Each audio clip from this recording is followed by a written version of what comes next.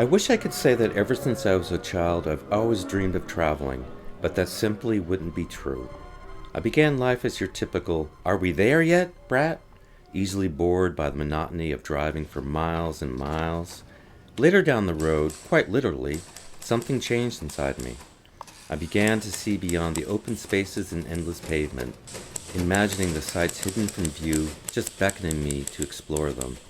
This quickly developed into an overwhelming desire to seek out the weird and strange things found throughout this country. Ever since, I haven't stopped in my quest to discover what lies beneath the normal, everyday world that surrounds us.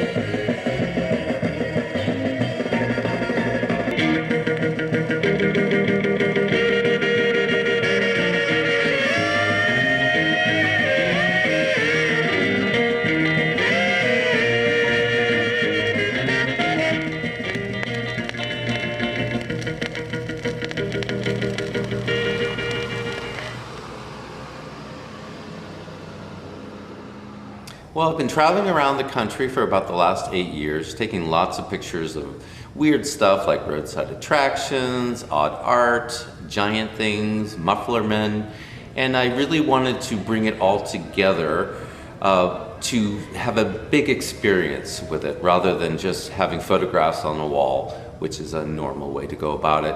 So there are written pieces, there are installations. I have made a couple of sculptures to go along with it. I'm very proud of my toilet seat art. That was my first attempt.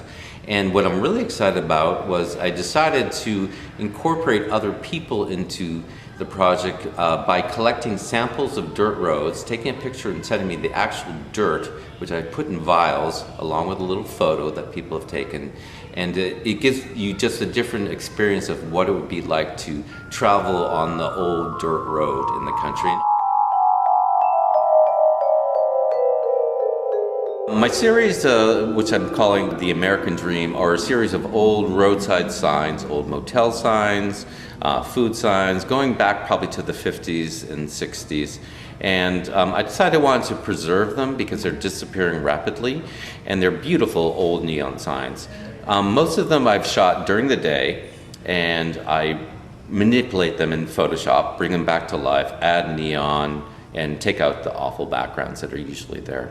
I started this new series about 6 months ago called Greetings From, and I based it on the old large letter postcards that they had back in the 50s and 60s that were very popular. And I decided it would be really interesting to replace sort of the normal photographs that you'd see in them with my wacky stuff.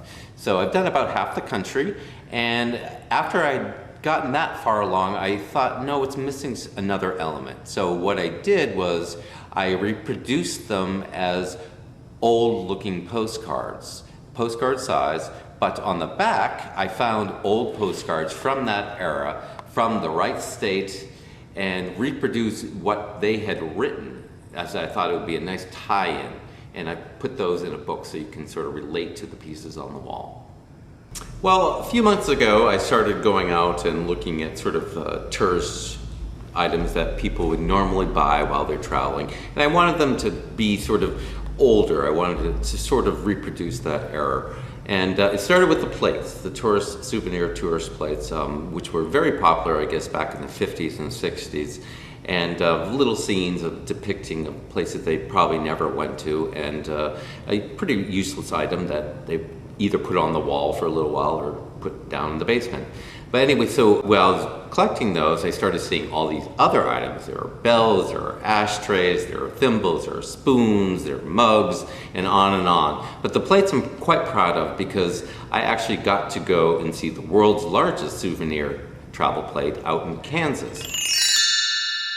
I started out with the show here as a more of a practice run to see what works, what doesn't work, what I could actually do and how I could bring it together. And my goal is to bring it into a larger gallery space in a bigger metropolitan area and hopefully get some funding so I can actually add to it. I'd love to add other installations.